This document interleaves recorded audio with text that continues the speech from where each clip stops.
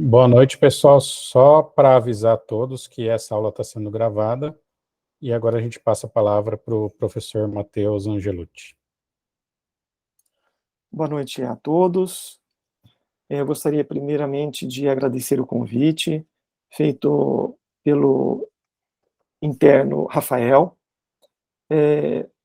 para que eu pudesse vir aqui hoje falar um pouco da minha experiência, do meu conhecimento a respeito da fitoterapia. E eu vou me apresentar inicialmente.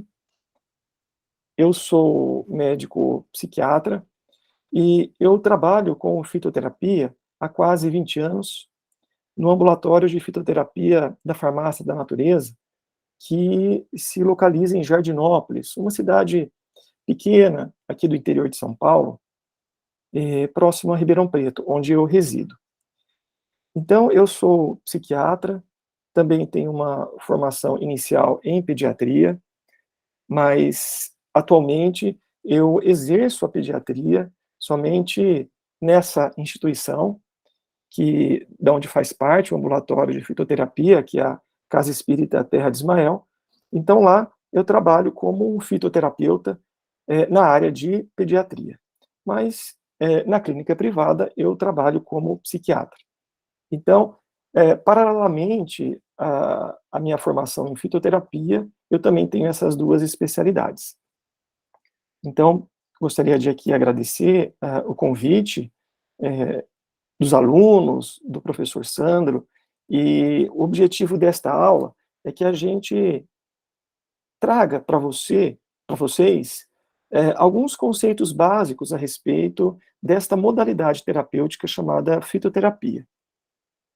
Inicialmente, nós precisamos fazer uma reflexão breve em relação a essa dicotomia entre o homem e a natureza, que às vezes essa relação, muito embora ela seja uma relação que remonta às origens do homem, às vezes ela é harmônica, às vezes ela é desarmônica. Então aqui nós temos duas figuras que ilustram bem esta caminhada da relação do homem com a natureza. Então, o homem pré-histórico, ele tinha uma relação de muita admiração, veneração, respeito pela natureza, coletava os alimentos, e à medida que a racionalidade ela foi se desenvolvendo no homem, essa racionalidade muitas vezes foi usada de uma maneira predatória da natureza. Então, hoje nós temos um homem dotado de uma razão, mas totalmente desconectado da sua natureza original, que faz parte, né, dessa natureza como um todo. Então, na história da relação do homem com as plantas, nós vamos ver o homem buscando nas plantas fonte de alimento, como uma primeira fonte de sobrevivência. Mas também nós temos a busca por temperos, como nós conhecemos, a canela, a noz moscada, o açafrão. Também o homem passou a usar da madeira para a produção de móveis, de casas, para a sua proteção contra as intempéries do tempo. Então nós temos o mogno, a andiroba, a embuia, mas na natureza também ele retirou fibras que depois ele teceu vestimentas para se proteger. Então nós temos o algodão, o cânhamo, que também são fontes de fibras para a produção de tecidos. Um recurso que foi muito buscado pelo homem ao longo de toda a história foi a busca de aromas, de odores, de perfumes. Então nós temos hoje as espécies aromáticas, que são fonte, muitas vezes, de substâncias para a indústria de perfumes. Além de buscar alimento, temperos, madeira, tecidos e perfumaria, o homem também buscava substâncias que pudessem amenizar os seus males físicos, ou às vezes até os seus males mentais. Então aqui que entra a nossa a nossa história enquanto buscadores de remédios que estivessem na natureza.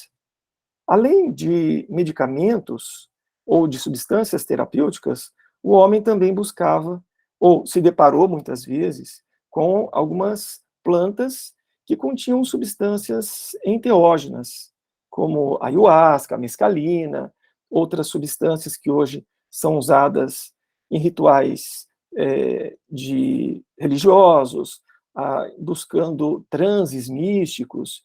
Então, nós chamamos essas substâncias de enteógenas, porque elas geram no interior do ser humano uma expansão da consciência espiritual. Então, hoje, o termo mais cientificamente usado e correto são plantas enteógenas.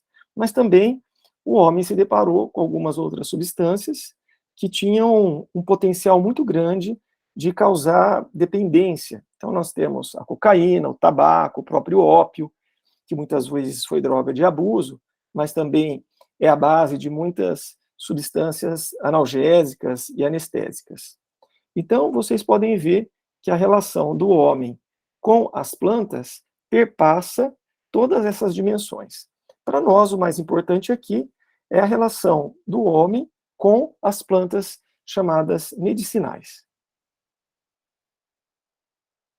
Então, vamos fazer um recordatório bastante breve a respeito da relação do homem com as plantas em geral. Então, nós tínhamos lá na pré-história a relação do homem com a natureza, passando por mitos, rituais, magia. Então, a natureza, naquela época da humanidade, era uma fonte de admiração, medo, às vezes reverência. Então, a natureza era divinizada. Então, nesse momento da relação do homem com a natureza, havia uma unidade, uma harmonia, uma identificação, muitas vezes perpassado pela moldura religiosa. Já na Grécia clássica, nós vamos percebendo um distanciamento do homem desse arcabouço mítico. Então, surge os primeiros exercícios do pensamento racional. Então, nessa época, começa a haver uma explicação racional para a origem das coisas a partir da natureza física. Na Idade Média, nós vamos ter uma ampliação desse distanciamento do homem e da natureza.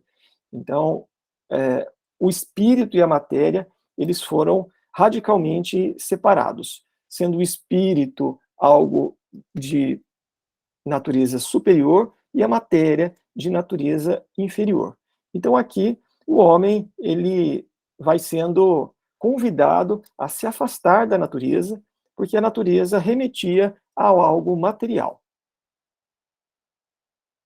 No Renascimento, nós temos o antropocentrismo, onde o poder absoluto do homem sobre o ambiente natural, ele é enfatizado. Então, é nesse momento que as revoluções técnico-científicas trazem a concepção de uma natureza que é mecânica, que é geométrica, que é sem alma.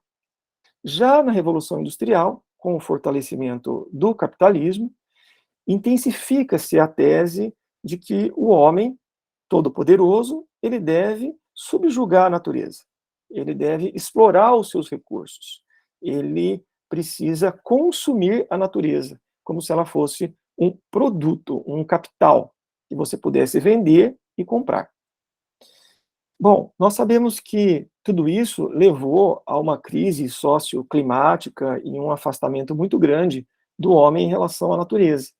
No século XX e agora no século XXI, nós temos os movimentos ecológicos que trazem no seu bojo uma ética ambiental que envolve alteridade, cuidado, responsabilidade. Então, nesse momento da humanidade, nós resgatamos a nossa preocupação com as consequências do progresso científico e tecnológico. A racionalidade humana, que chegou no seu auge no final do século XIX e no século XX, hoje é colocada em xeque por conta dos efeitos danosos, nocivos, que essa racionalidade causou no ambiente. Então, aqui nós temos uma breve história do uso de plantas medicinais ao longo, né, da evolução humana. Nós temos relatos de plantas medicinais há 4.000 anos antes de Cristo, numa tábua de argila que foi encontrada na Mesopotâmia, havia ali descrita a formulação de vários medicamentos com plantas. Uma delas, por exemplo, que foi identificada é o tomilho. Na Índia antiga ou na Índia védica, os tratados de cirurgia e clínica continham mais ou menos 1.200 plantas. Daí nasceu a medicina ayurvédica, que nós vamos mais à frente falar dessa racionalidade médica. No Egito Antigo, nós temos também um tratado médico que foi encontrado num papiro e que foram reconhecidas mais de 700 fórmulas mágicas e remédios populares, envolvendo dezenas ou centenas de plantas. Na China, nós temos a medicina chinesa, a medicina tibetana, da onde nasceu a medicina tradicional chinesa, onde os médicos da época usavam mais ou menos 300 espécies de plantas medicinais em suas fórmulas. Uma dessas plantas é a efedra, da onde nós extraímos a efedrina, uma substância muito usada hoje como vasoconstritor. Muito presente, né, os seus derivados em descongestionantes nasais, por exemplo. Na Grécia, nós já temos aqui uma figura clássica, que é o pai da medicina ocidental, que é Hipócrates, e que utilizava também muitas das plantas que hoje nós conhecemos e utilizamos no Brasil, muitas delas importadas da Europa e adaptadas ao Brasil, né? A própria romã, a Phoenicillum vulgare, a menta e tantas outras plantas, lavanda, que hoje nós usamos na nossa prática fitoterápica, mas esta farmacopeia, esse uso vem, né, da Grécia. Então, nós adentramos aqui a Idade Média, e lá realmente nós tivemos uma preservação do conhecimento de fitoterapia a partir da transcrição, da tradução desses documentos médicos por monges beneditinos. E nós temos uma figura também importante no século XV, que é Paracelso, que é tido como um alquimista, e que ele desenvolveu várias essências, tônicos, até mesmo hidrolatos de plantas medicinais. Já no século XVI e XVII, nós temos já o surgimento das famosas boticas, ou boticários, são armazéns de especiarias. E aqui surgem as matérias médicas, que são compilados de informações a respeito das ações terapêuticas das plantas medicinais. Importante, nesse momento, é o nascimento de Linneu, que é o pai da taxonomia botânica. Então, hoje, todos os nomes das plantas que nós temos é derivado dessa taxonomia que ele criou. Essa nomenclatura moderna das plantas foi criada por Linneu. E hoje nós prescrevemos as plantas baseadas no nome científico delas. Nós nunca vamos prescrever pelo nome popular, como capim-cidreira, lavanda, açafrão. Nós não prescrevemos dessa forma. Sempre nós usamos nas nossas prescrições a nomenclatura binominal.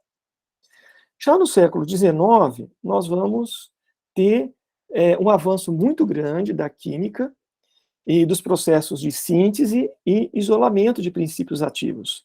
Por exemplo, a morfina, a partir da Papaver somniferum, a estricnina, a partir do Strychnus vomica, e a atropina, a partir da Atropa belladonna. Então, vejam que muitas das substâncias que nós temos na nossa nosso arsenal terapêutico são derivados de espécies medicinais, são moléculas naturais. Então, aqui, para que nós relembremos dos nossos estudos do ensino médio, como se escreve, né, o nome de uma planta. Então, nós não vamos colocar nunca melissa, nós vamos colocar Melissa officinalis. Então, nós vamos colocar cidreira de galho, nós vamos colocar Lípia alba. Nós vamos colocar Stryphinodendron adstringens e não Barbatimão. Por que isso? Porque os nomes populares, eles podem ser facilmente confundidos com várias espécies. O capim-cidreira é um deles. Pode ser chamado capim-cidreira, capim-santo, e tantos outros nomes, como cidreira de galho. Então, nós não sabemos exatamente qual espécie nós estamos nos referindo quando nós damos um nome popular. Então, Linneu é importante porque ele constrói essa nomenclatura botânica que é usada mundialmente. E no final do século XIX, nós temos a síntese da aspirina, né, que é o nosso primeiro fármaco, que a aspirina tem uma história de uso medicinal há mais de 3.000 anos. Esta é a árvore Salix alba, da onde se extraía ou se extrai a salicina, e depois de algumas sínteses, nós temos o ácido salicílico e o ácido acetil salicílico, a nossa famosa aspirina. Então, a partir do início do século XX, nós temos uma explosão de técnicas de síntese de medicamentos a partir da correlação estrutura-atividade. Por exemplo, os anestésicos locais derivados da cocaína, que é uma substância que é derivada, né, extraída da Erythroxylum coca, por exemplo, a procaína, que já é uma substância modificada. Então, o que acontece nesse período? Há uma redução drástica do uso de derivados vegetais. E instala-se, nesse momento, na medicina, um paradigma da monoterapia para o tratamento de doenças complexas. Uma substância, né? E nós vamos ver que em fitoterapia nós não usamos uma substância, nós contamos com uma ação sinérgica dos fitocomplexos. Mas aqui nós vamos usar, por exemplo, o ácido acetil salicílico para febre. Você tem febre, você usa aspirina. Então, nesse século XX, há um auge, há um desenvolvimento fantástico dos medicamentos sintéticos, que nós chamamos, né, o que se convenciona chamar de alopáticos.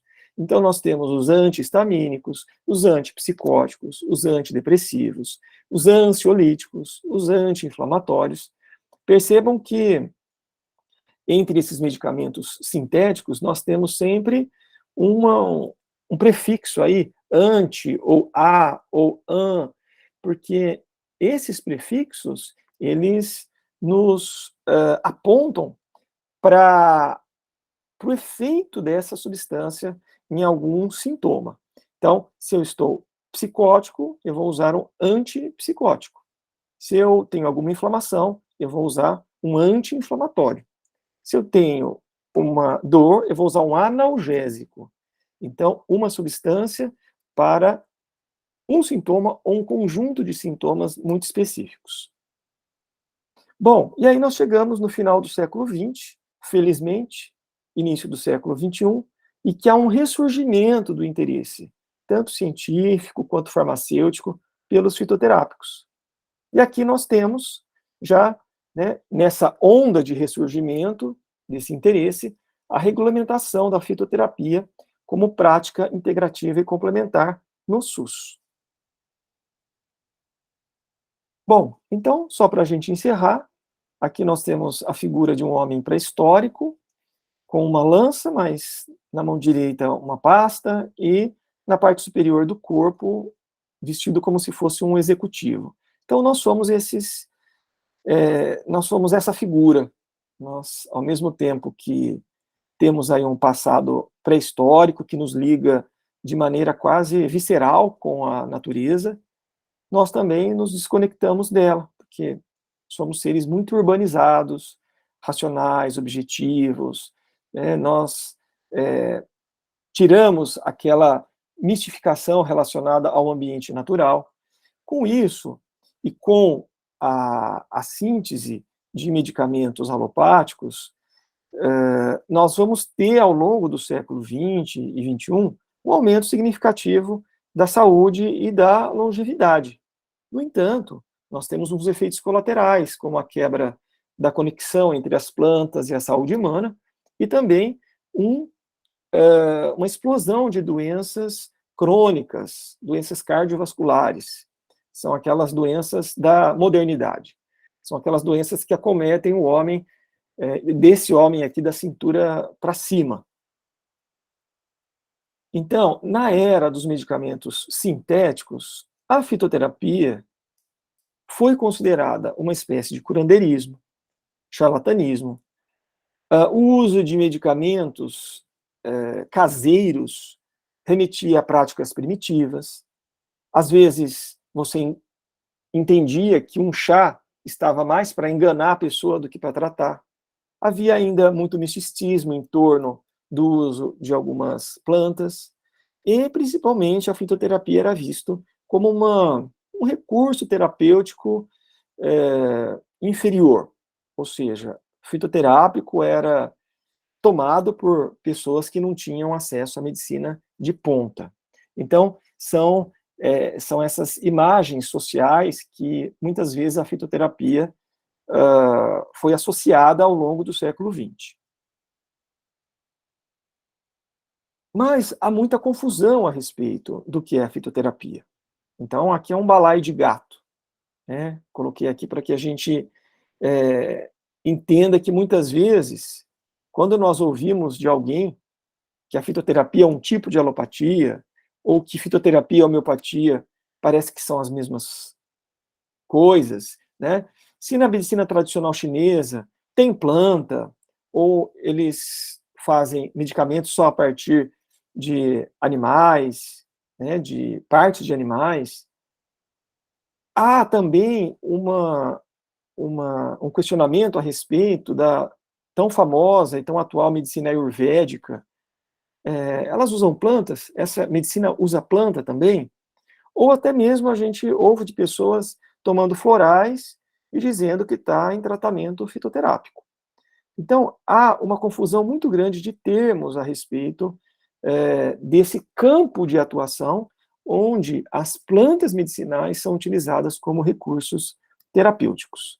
Então, para que a gente tenha aqui um panorama mais claro do uso das plantas medicinais, nós temos a homeopatia como uma especialidade médica hoje reconhecida pelo CFM, que produz alguns medicamentos a partir de plantas medicinais. Mas a fonte pode ser mineral, pode ser animal. E a filosofia de prescrição, o entendimento do processo saúde e doença para a homeopatia é muito específico dessa especialidade. E nós não utilizamos a planta na sua ponderabilidade, ou seja, na homeopatia, os medicamentos são produzidos a partir de plantas, mas o processo farmacotécnico vai diluindo essa substância, vai fazendo com que o medicamento homeopático seja ultradiluído. E o mecanismo de ação da homeopatia difere totalmente do mecanismo de ação da fitoterapia. Já na medicina tradicional chinesa e na ayurvédica, nós vamos ter plantas medicinais nas suas fórmulas, mas a filosofia prescritiva é completamente singular, é própria dessas medicinas ou racionalidades médicas. A medicina antroposófica, que também ela é aparentada da homeopatia, mas também tem uma filosofia prescritiva totalmente singular, própria dela. E nós temos a fitoterapia popular, que são os famosos chás, os emplastros, as garrafadas, enfim, os xaropes que são produzidos pelas nossas avós, benzedeiras, pretos velhos. Existe um uso religioso dessas plantas, principalmente no contexto das práticas africanas ou das práticas indígenas. Mas a nossa fitoterapia, que nós vamos abordar aqui, é a fitoterapia moderna, ou ocidental, ou fitomedicina. Enfim, é uma fitoterapia que tem como base a medicina ocidental, o modelo biomédico. Então, aqui, nós vamos ver algumas diferenças. A fitoterapia não é alopatia, porque a fitoterapia nós temos substâncias sintéticas. O objetivo do tratamento, entre aspas, alopático, é o alívio rápido de sintomas, ele é sintomático.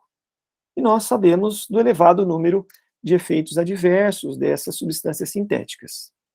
Os florais, eles são considerados não uma prática complementar não medicamentosa, não é considerado um medicamento. E há a tese de que os florais, eles modificam certos estados vibratórios, certos estados emocionais, auxiliando a equilibrar o indivíduo de uma maneira suave, de uma maneira sutil, como aqueles que prescrevem florais dizem, né? Mas eles não são fitoterapia. A homeopatia, como disse, ela segue uma filosofia prescritiva baseada na lei dos semelhantes. Aqui nós não temos como adentrar, porque é bem complexo essa questão. Os medicamentos são ultradiluídos e as substâncias, elas não só vêm do reino vegetal, mas do reino mineral e animal. E também, uma ênfase que eu quero colocar aqui é a aromaterapia, que usa de óleos essenciais, que é um conjunto de substâncias que é extraído de plantas aromáticas, e que hoje há um modismo de se usar óleo essencial via oral. Mas é totalmente contraindicado o uso oral desses óleos, tem uma altíssima toxicidade, e no máximo eles podem ser usados em cremes, em pomadas, em aromatizadores de ambiente, mas hoje há uma preocupação muito grande dessa propagação, dessa ideia de que nós podemos tomar óleo essencial, que tem uma altíssima toxicidade, tanto neurotoxicidade como hepatotoxicidade. Então, nós temos que tomar cuidado, porque não é fitoterapia. Então, o que é a fitoterapia? É o estudo de espécies vegetais e suas aplicações para fins medicinais. Esse que é o conceito de fitoterapia. Então, esse conceito difere totalmente daquelas práticas que eu acabei de mencionar para vocês. Então, quais são os pilares da fitoterapia? É um método terapêutico, segundo o CFM, e é uma racionalidade médica. E nós vamos falar o que é racionalidade médica. O uso de derivados exclusivamente vegetais, um fitoterápico não pode ter elementos provenientes nem do reino animal, nem do reino mineral. E a base da farmacologia ou do entendimento de como o fitoterápico age no organismo é baseado no conceito de fitocomplexo. Então, segundo o Conselho Federal de Medicina, a fitoterapia é considerada um método terapêutico e também uma racionalidade médica. O que é o conceito de racionalidade médica? É um conjunto integrado e estruturado de algumas práticas, de conhecimentos, que partilham 5 dimensões. Então, uma racionalidade médica tem um conhecimento, um saber sobre anatomia e morfologia. Tem uma explicação a respeito de como funciona a dinâmica vital do ser humano, que na medicina ocidental nós damos o nome de fisiologia. Nós temos uma doutrina médica, que na medicina ocidental nós chamamos de clínica ou de fisiopatologia, e nós temos um sistema de diagnose. Então, a medicina tradicional chinesa, ela tem um método diagnóstico totalmente diferente da ocidental. A medicina ayurvédica também tem os seus métodos, as suas classificações diagnósticas, que são restritas a essa racionalidade médica. E nós temos aqui, na nossa medicina ortodoxa, ou na medicina dita convencional, modelo biomédico, um sistema diagnóstico próprio. E, por fim, toda racionalidade médica tem um sistema terapêutico. Ou seja, são medicamentos ou práticas não medicamentosas que são utilizadas para tratar de doenças, para tratar desses diagnósticos que nós fizemos. Um outro pilar da fitoterapia é o uso exclusivo de derivados vegetais. Então, nós podemos ter uma droga vegetal a partir da planta inteira, da planta fragmentada ou rasurada, ou da planta triturada, que é aquela planta que nós vamos pulverizar e vamos usar o pó. Também temos um outro conceito, que é o derivado vegetal, que nós temos os vários tipos de extratos, óleos extraídos da planta também são derivados vegetais, e ceras extraídas de plantas também entram nessa categoria. Então, um fitoterápico, para ele ser fitoterápico, ele precisa conter esses ativos. Uma substância que foi isolada, ou ele não pode ter, desculpa, esses ativos. Uma substância que foi isolada ou purificada da planta. Então, se eu isolo uma substância ou purifico, eu já não chamo mais de fitoterápico, por esse conceito. Se houver na formulação do fitoterápico vitamina, mineral, algum tipo de proteína, aminoácidos, e substâncias que não sejam naturais, ou sejam substâncias sintéticas, também não é considerado um fitoterápico. Ou, se houver partes ou substâncias obtidas de animais, nessa formulação fitoterápica, nós também não chamamos de fitoterápico. Então, há um conceito muito claro a respeito do que é e do que não é fitoterápico. Agora, nós entramos numa discussão aqui bastante interessante, que é a respeito do fitocomplexo, que muitas vezes, na nossa formação médica, o fitocomplexo ele não é abordado, principalmente nas aulas de farmacologia, porque nós estamos acostumados com o raciocínio a partir de uma substância. Então, na minha área, eu prescrevo uma substância chamada fluoxetina, ou uma substância chamada haloperidol. Agora, quando eu quero ter um efeito sinérgico, por exemplo, se alguém está com uma depressão psicótica, eu não tenho um fitocomplexo que trate da depressão e da psicose ao mesmo tempo. Eu uso um antidepressivo e uso um antipsicótico, mas são duas substâncias que, em sinergia, tratam do quadro depressivo psicótico. Na fitoterapia, o raciocínio é um tanto diferente, porque quando nós temos a planta medicinal, nós extraímos dela dezenas, centenas de substâncias. E que o efeito sinérgico, conjunto, combinado dessas substâncias, faz com que nós tenhamos o efeito medicinal. Então, segundo a Anvisa, o fitocomplexo é o conjunto de todas as substâncias originadas do metabolismo, ou primário ou secundário. E, quando elas estão em conjunto, de maneira sinérgica, elas produzem efeitos biológicos em algum sistema do organismo, algum órgão, algum tecido. Então, esse efeito medicinal que nós temos é decorrente de uma combinação de ações de várias substâncias. Nós chamamos de fitocomplexo. Então, alguns mitos em fitoterapia. Por exemplo, nós ouvimos que um medicamento fitoterápico, ele é natural, ele não tem química, ele, se não fizer bem, ele também mal não faz. ele não causa efeitos colaterais, porque não é igual ao medicamento sintético da farmácia. Pode-se tomar à vontade, porque não tem contraindicação nenhuma. É bom porque eu posso tomar quantas vezes eu quiser. Então, são alguns mitos em fitoterapia que nós temos que combater, né, como estudantes de medicina, como médicos, porque isso faz parte da educação. Por exemplo, nós temos aqui a estricnina, que é uma molécula natural, extraída das sementes de árvores do Strychnus nus vomica.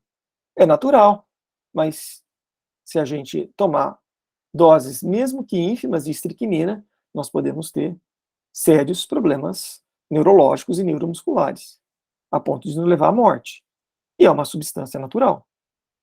Na cicuta, nós temos uma substância chamada cicutoxina, que também é uma molécula natural, e é usada, ou foi usada, para envenenamento. Aqui tem Sócrates tomando cicuta. Nós temos o Confrei, que o professor Sandro citou antes de começarmos a aula, que contém alguns alcaloides que causam hepatotoxicidade. E o uso oral, o uso em forma de chá de Confrei, é formalmente contraindicado pelo risco de toxicidade hepática. Existe uma prática comum, por exemplo, de pegar algumas gotinhas dessa planta chamada aveloz, colocar na água e beber para tratamento de cânceres, de neoplasias. Mas há vários estudos que mostram que esse látex, essa seiva branca que a aveloz produz, ela tem efeito até pró-carcinogênico em alguns trabalhos. Então, é uma prática também formalmente contraindicada. A citronela, que é confundida com o capim-limão, que é o capim-cidreira, também não pode ser usada em forma de chá. E muitas vezes, se alguém for pegar ou colher um capim-limão e não sabe que é uma citronela, vai usar um chá que contém um óleo essencial que é muito tóxico, principalmente gastrointestinal. Ele é extremamente irritativo, se você tomar um chá de citronela. E muitas vezes, alguém que não tem conhecimento botânico troca uma substância pela outra. Então, em fitoterapia, nem tudo são flores. Por exemplo, no ano passado, todos nós soubemos dessa situação tão que nos escandalizou, né, principalmente nós que trabalhamos com fitoterapia, que uma enfermeira, tentando emagrecer de uma maneira quase milagrosa, isso é uma prática muito comum hoje na população, né, querer emagrecer, e de uma maneira rápida, de uma maneira indolor e sem esforço. Buscou essa formulação, são 50 plantas que tem aí, 50 chá emagrecedor, que hoje já está proscrito, né, e morreu de complicações, por conta de interação de 50 plantas que é impossível saber como elas interagem no organismo e principalmente no fígado. Então, isso foi noticiado durante algumas semanas e nós precisamos ficar muito atentos, porque os nossos pacientes podem não nos relatar que estão tomando chás, e muitas vezes chás que têm 10, 15 plantas.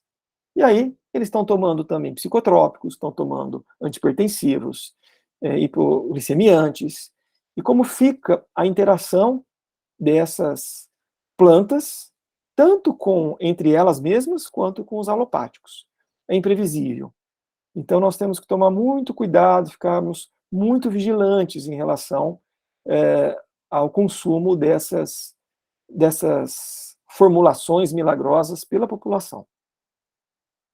Aqui nós temos o kit garrafada, muito comum no Nordeste do Brasil, né? Ali existe garrafada para tudo, né? Para diabetes, para impotência, para ácido úrico, para distúrbios de tireoide, enfim, tem garrafada para tudo. Quem já esteve no Nordeste ou quem é de lá, encontra essas garrafadas em feiras livres, e nós não temos controle nenhum do que existe ali dentro.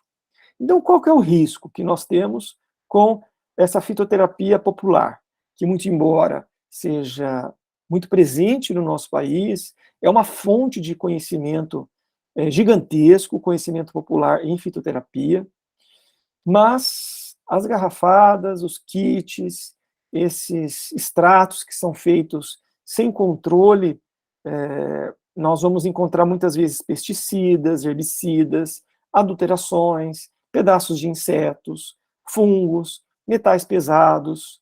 Então, um fitoterápico, ele precisa passar por um processo de preparação extremamente rígido para que o fitoterápico seja um medicamento seguro. Então, para isso, para tentar diminuir a incidência de casos como daquela mulher, né, que faleceu por conta daquele chá emagrecedor, a Anvisa ela criou, né, ela redigiu esse livreto, esse informativo, orientando ou instruindo a população quanto ao uso seguro de plantas medicinais e fitoterápicos.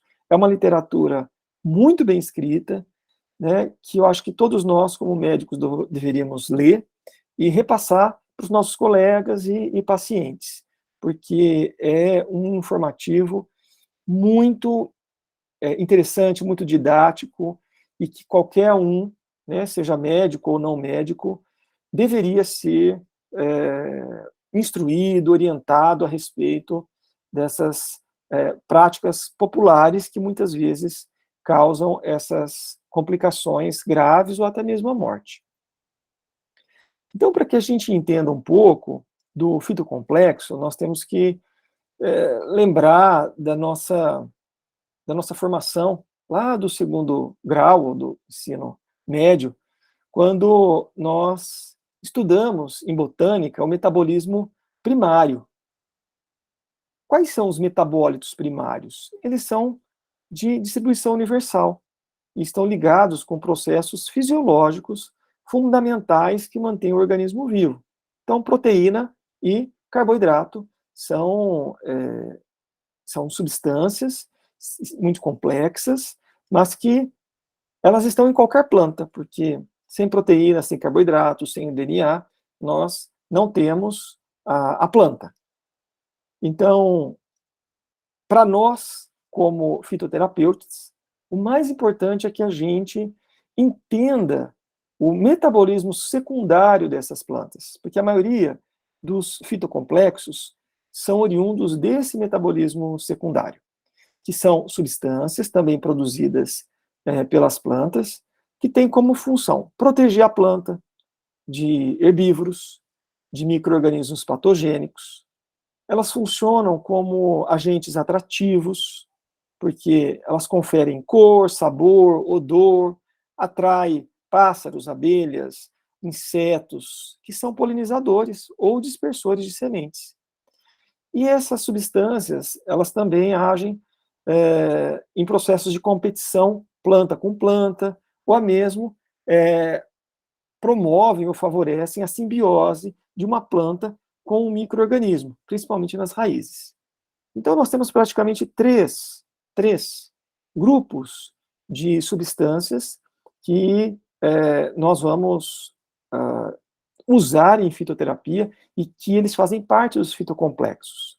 São os terpenos, os compostos fenólicos e os alcaloides. Nós não vamos entrar no detalhe de cada uma dessas classes, porque seria uma outra aula.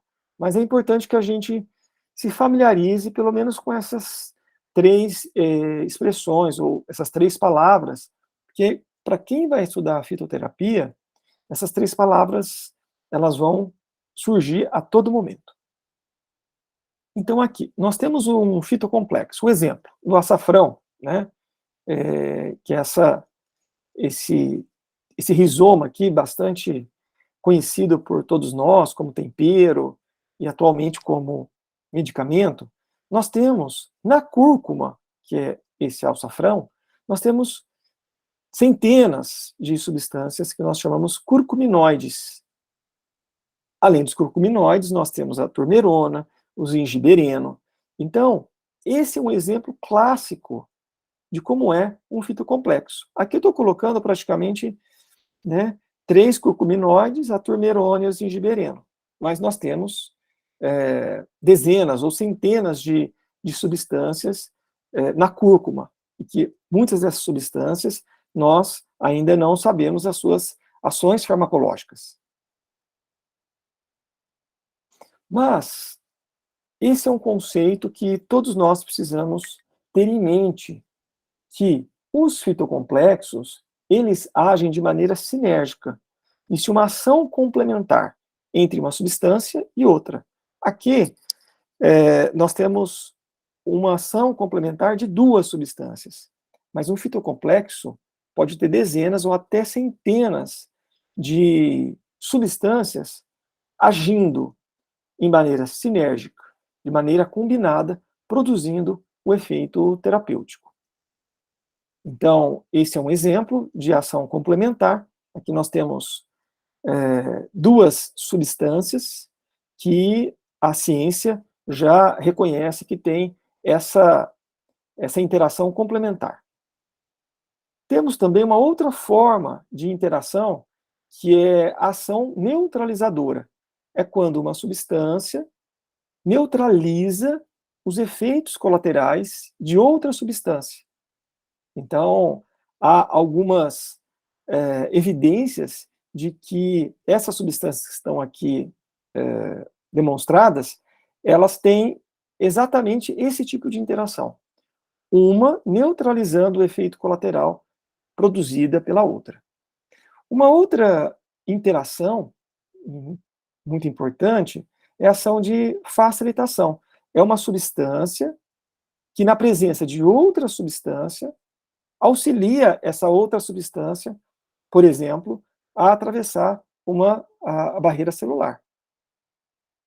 E uma quarta ação é a potenciação farmacocinética, que é uma substância que, na presença de outra substância, modifica o seu processo metabólico dentro da célula, né, como a curcumina e a piperina, que hoje são utilizadas em associação para que haja essa potenciação farmacocinética. Então, a fitoterapia no Brasil hoje, para nós resumirmos aqui o nosso raciocínio, é uma racionalidade médica, é uma prática integrativa e complementar. Ela está sendo introduzida gradualmente no Sistema Único de Saúde, principalmente na atenção básica. É uma prática regulamentada por uma avançada legislação. E nós temos visto um crescente interesse científico, né, nas academias, nas pesquisas, entre os próprios alunos, como vocês, né, que estão criando aí ligas de fitoterapia em várias instituições de renome. Então, hoje a fitoterapia é uma modalidade terapêutica que só vem crescendo. E, como eu disse, ela é respaldada por uma legislação. O Programa Nacional de Plantas Medicinais e a política pública que regula esse programa é um documento importantíssimo para que nós possamos entender como a fitoterapia no nosso país ela foi sendo oficializada através de como uma prática integrativa e complementar. Nós temos também a farmacopeia brasileira, onde nós temos uma seção só com formulário de fitoterápico, e nós temos o memento fitoterápico. Essas são as principais legislações que eu recomendo que quem tem interesse se aprofunde. Então, aqui agora, nós vamos falar como são prescritos os fitoterápicos, para que vocês tenham uma ideia de como é uma prescrição. Eles são prescritos sob diferentes formas farmacêuticas. Por exemplo, a cápsula contendo droga vegetal, é uma forma farmacêutica muito utilizada. Por exemplo, a cúrcuma longa. Aqui nós temos, como eu disse para vocês, a nomenclatura binomial, cúrcuma longa, segundo a nomenclatura da taxonomia de Linneu. Nós vamos colocar entre parênteses que parte da planta que nós vamos usar, porque a cúrcuma ela tem rizomas, ela tem caule, ela tem folhas, ela tem flor, ela tem semente. Então, em fitoterapia, nós nunca vamos colocar cúrcuma longa, somente, em 60 cápsulas. Nós vamos colocar entre parênteses, por exemplo, aqui, de que parte da planta nós estamos nos referindo. Porque a cada parte da planta tem um efeito terapêutico diferente. Então, eu não vou colocar nunca uma cúrcuma longa feita a partir de folhas, que nós temos conhecimento de que nas folhas de cúrcuma não há propriedades terapêuticas, até onde se sabe. O rizoma. E aqui ele é pulverizado. Então nós vamos ter cápsulas de cúrcuma longa. Então esse é um exemplo de como é prescrito. Uma outra forma farmacêutica é o extrato seco. É uma forma farmacêutica um tanto sofisticada, que tem que passar por um processo farmacotécnico um pouco mais elaborado, por exemplo, o ginkgo biloba, que nós vamos usar o extrato seco EGB 761. É um extrato seco que foi preparado especialmente para esse tipo de apresentação. Então nós temos também algumas vantagens do extrato seco sobre a droga vegetal, por exemplo, em pó. Aqui é um exemplo do ginkgo biloba. Uma outra forma farmacêutica é a tintura, que contém álcool, uma extração a partir da solução alcoólica. Aqui nós temos a aquileia e lefólio. Por que nós não colocamos 1000 folhas, que é o nome popular?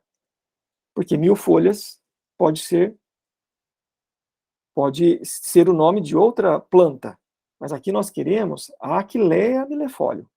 Então nós vamos ter uma tintura das folhas a 10%. Esse é um exemplo de tintura. Um exemplo que nós temos aqui no nosso meio e que é muito comum, todos nós tomamos, ou aqueles que gostam de chá, nós podemos fazer, por exemplo, um chá dos rizomas da cúrcuma. Então, o nome correto, nós vamos colocar aqui que é preparação extemporânea, mas no nosso meio nós chamamos de chás, ou infusões, ou decocções. Tem uma diferença entre infusão e decocção, mas num outro dia eu posso falar para vocês qual é essa diferença. Um outro extrato, que é um extrato mais concentrado, chamado extrato fluido, por exemplo, de equinácea purpúrea, uma substância, uma planta muito usada como imunoestimulante em crianças com viroses de repetição, por exemplo. Então aqui nós temos o extrato fluido das raízes. E tem também preparações relacionadas à planta toda, mas aqui é das raízes, por ter esse efeito imunoestimulante mais evidente que nós vamos encontrar são nas raízes. O xarope, que também é uma formulação muito usada para crianças, por exemplo, de guaco, mas nós vamos usar o termo Mecania levigata. E nós vamos fazer o xarope a partir da tintura das folhas. Então nós prescrevemos dessa forma um xarope. Podemos também usar fitoterápicos em forma de uso tópico. Por exemplo, o creme de calêndula, que tem uma ação anti-infecciosa, antisséptica, anti-inflamatória, cicatrizante.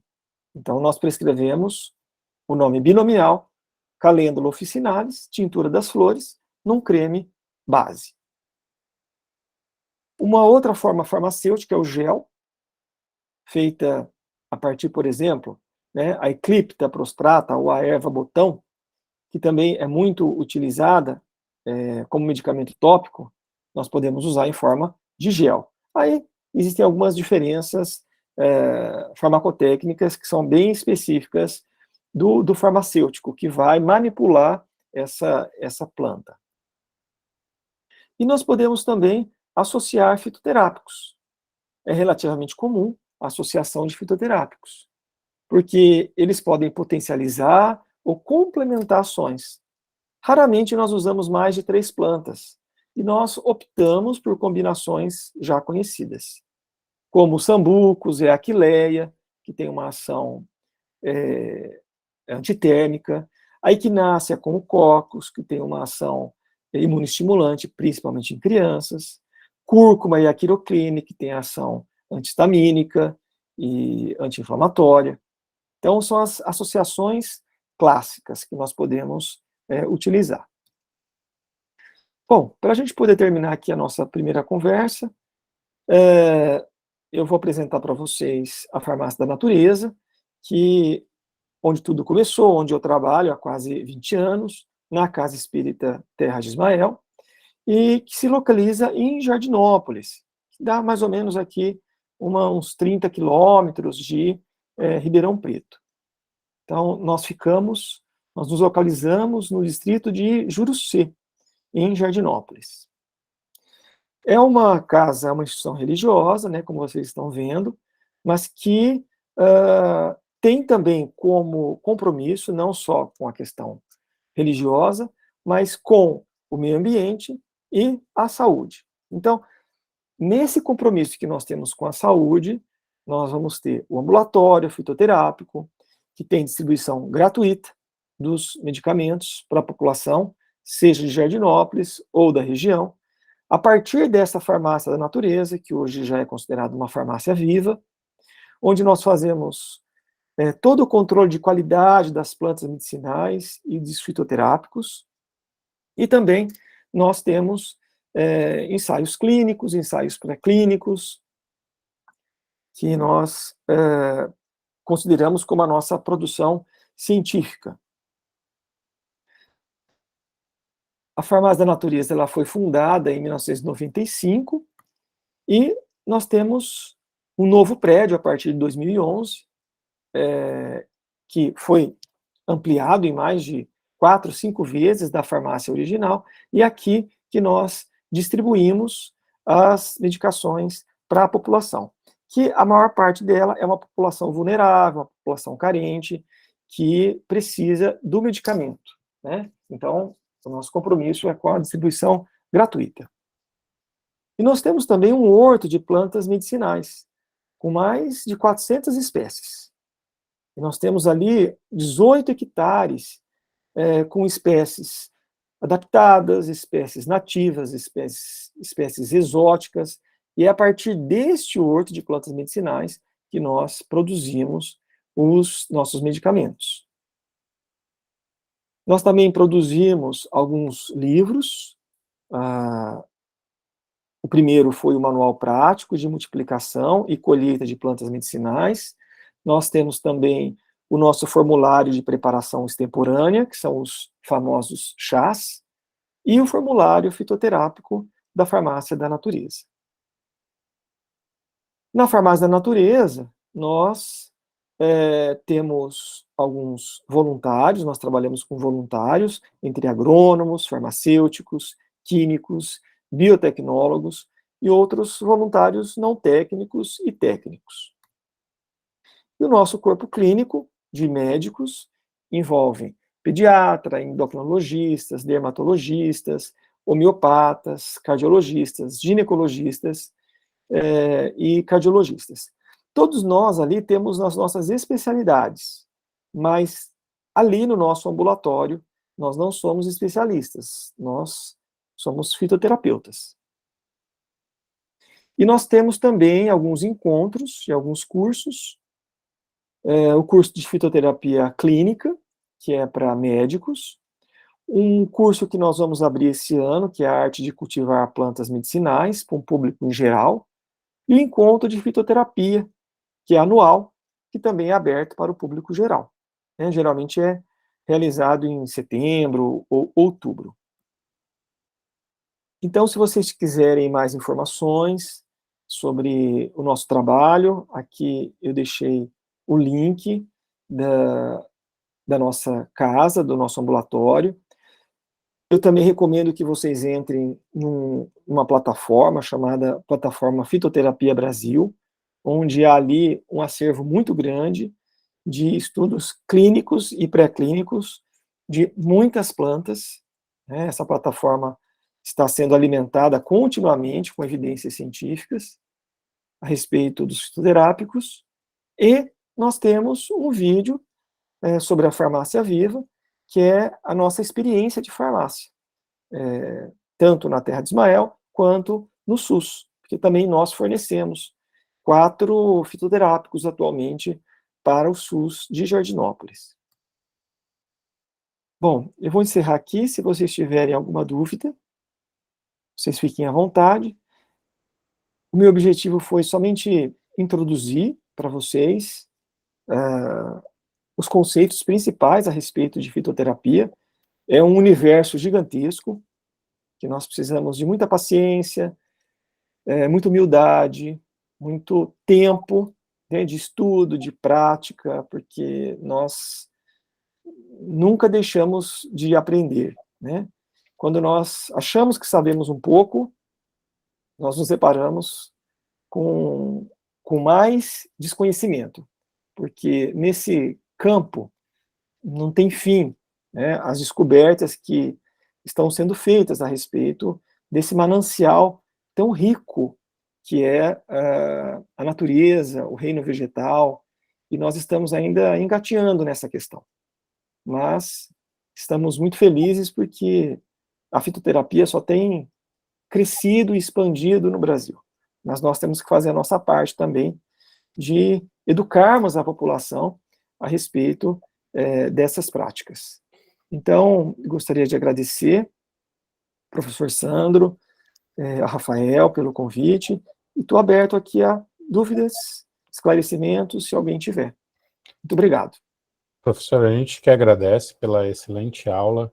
É sempre bom a gente ouvir a experiência de quem está há muito tempo já lidando e participou das transformações que ocorreram, né? E é realmente agradecer, e eu acho que a gente pode fortalecer essa parceria, né, que a gente já estava conversando isso, em outras aulas, outros eventos, outras coisas que a gente conseguiria fazer com que os alunos tivessem cada vez mais interesse nessa área, né, e de continuar esses estudos posteriores.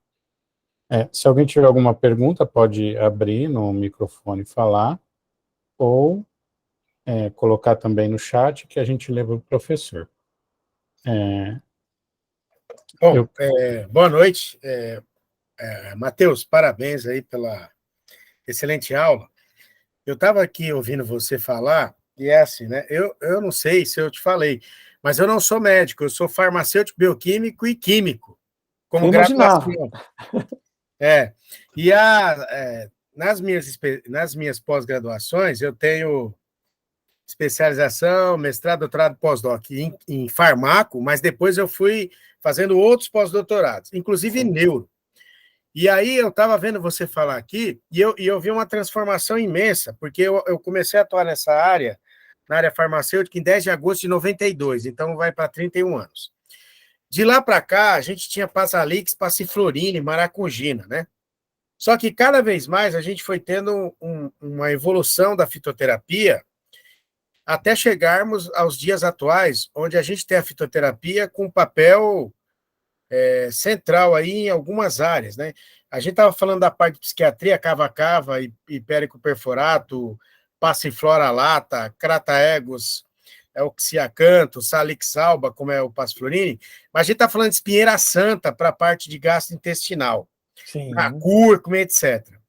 Eu queria que você, por favor, nos falasse sobre o seu ponto de vista, o quanto você viu a fitoterapia ganhar credibilidade, ganhar notoriedade e fazer parte de uma forma muito mais efetiva no dia a dia do profissional médico, que eu vi no profissional farmacêutico. Eu queria a sua visão em relação ao profissional médico, por favor.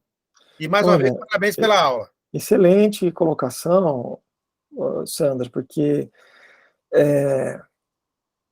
Eu estou há quase 20 anos na Terra de Ismael, então quando nós começamos, eu comecei a fitoterapia, na verdade, eu só tinha conhecimento de homeopatia, que era a minha formação inicial. Como eu disse, homeopatia é outra coisa, não tem nada a ver com fitoterapia.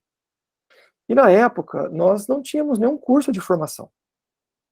Não existia, né?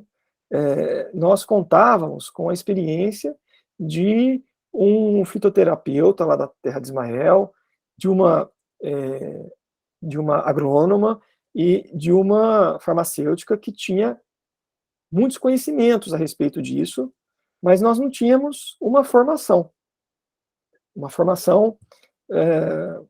clássica, né, que a gente pudesse fazer, ter um aprendizado sistemático. Então, nós penamos muito no início.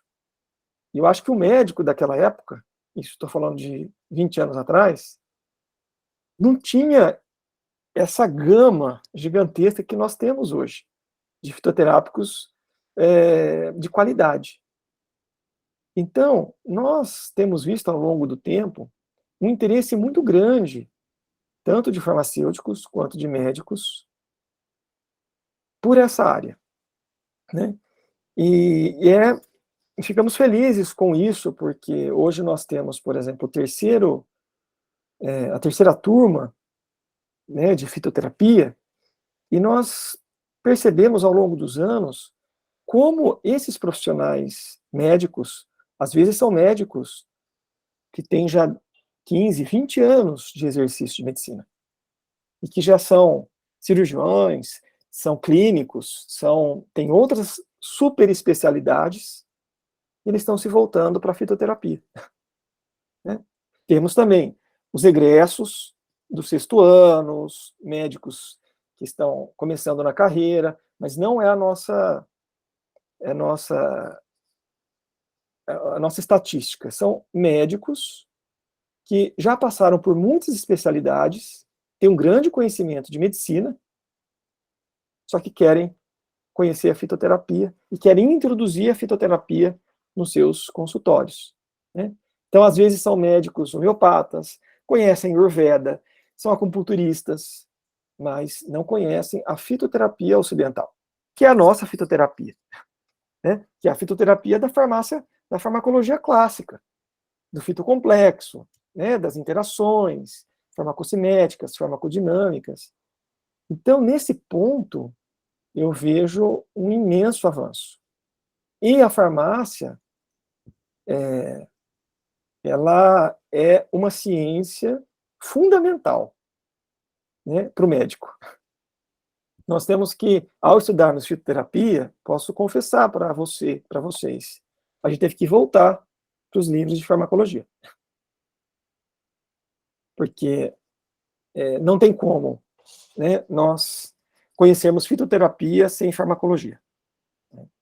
Então, é algo que eu recomendo para os alunos que queiram adentrar a fitoterapia. Dois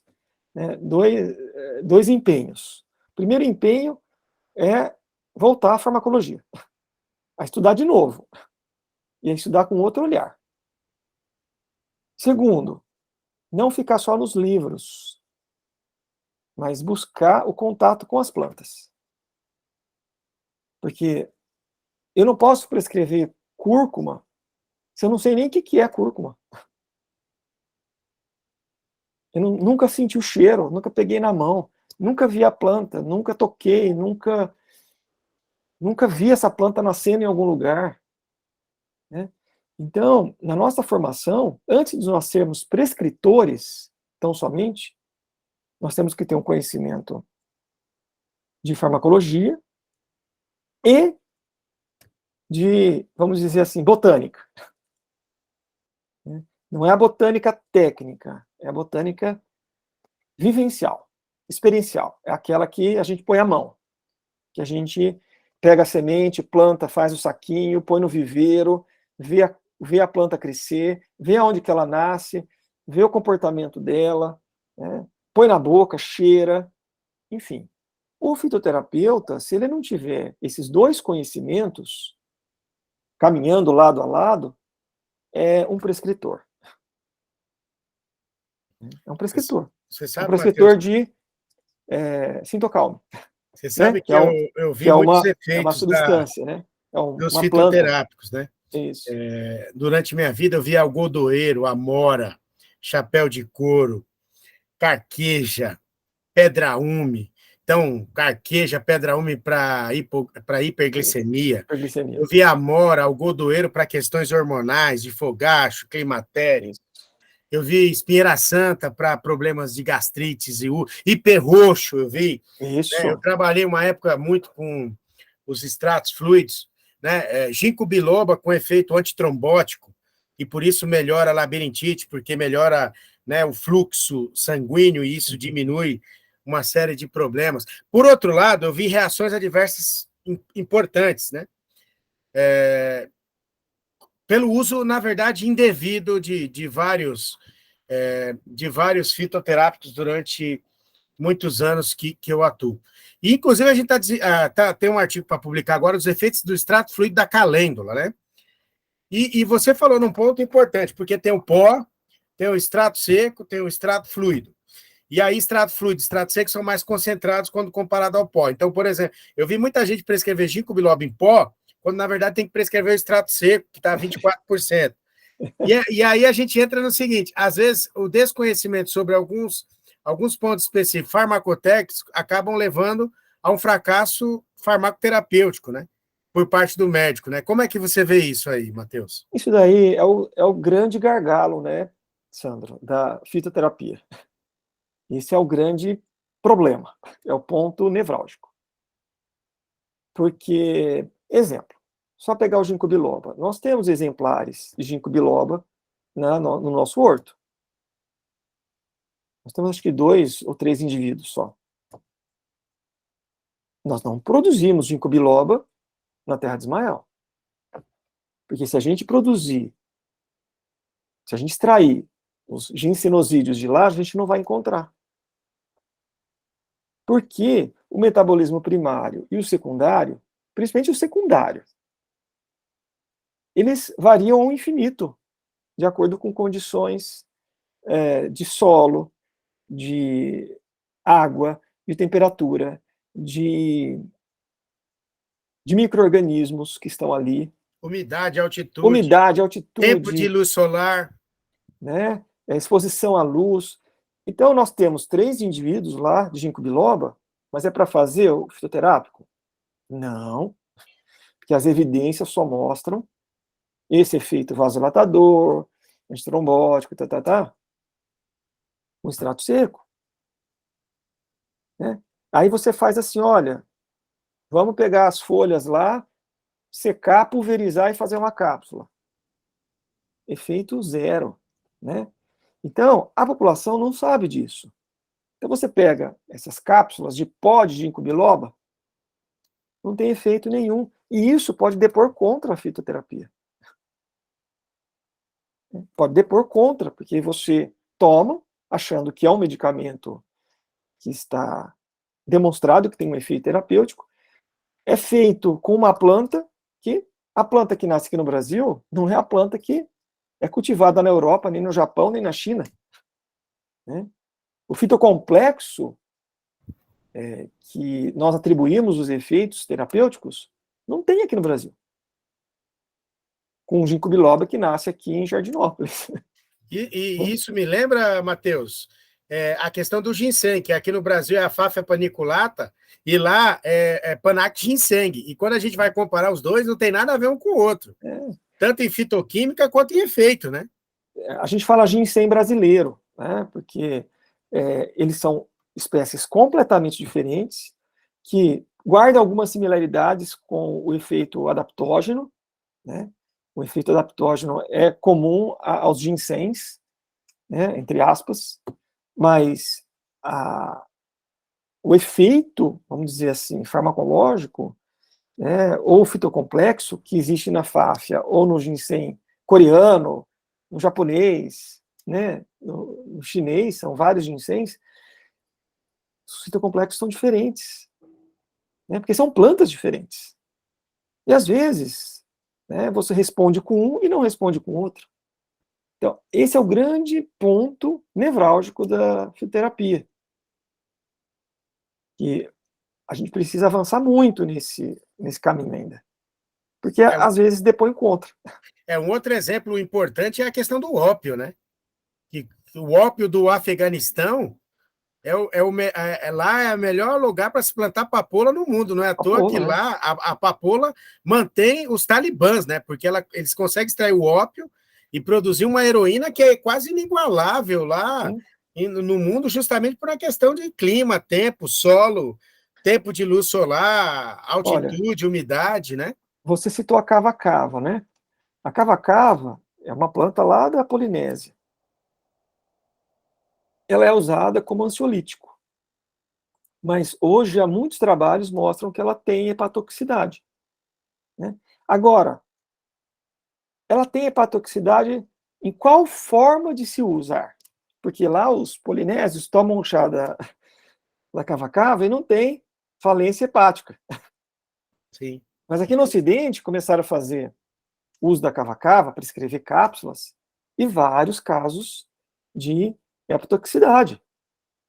Então, na verdade, será que a forma como eles tomam lá, a preparação da cava-cava lá, é feita de tal forma que a hepatotoxicidade não surge? E a forma como a gente usa aqui, não sei por que essa toxicidade ela aparece. Né? Porque senão, os polinésios lá tinham morrido tudo de falência hepática. E eles tomam o chá da cava-cava. Mas talvez a forma de preparar tira o efeito tóxico. A gente não sabe por quê. Né? Então, hoje a cava-cava não é prescrita mais por conta desses relatos tóxicos da cava-cava sendo tomada no Ocidente. Mas no Oriente, nós não temos esses relatos. Como que se explica? Interessante. Então, é a forma de preparo. Isso. A gente quer agradecer, desculpa segurar o senhor até essa hora aqui para a gente. Sim. Espero que a gente possa contar com o senhor de novo em outras oportunidades aqui na nossa outros liga. momentos. Isso, eu acho que esse novo encontro do senhor com a liga, eu acho que foi muito esclarecedor, sabe? Eu acho que trouxe uma visão nova para esse novo semestre que a gente está começando, e espero contar com o senhor em outras oportunidades. Agradecer mais uma vez, gente. Eu vou encerrar a transmissão, por favor. Quem não assinou o formulário de presença que está na liga, por favor, acesse aí no chat o formulário de presença para a gente poder controlar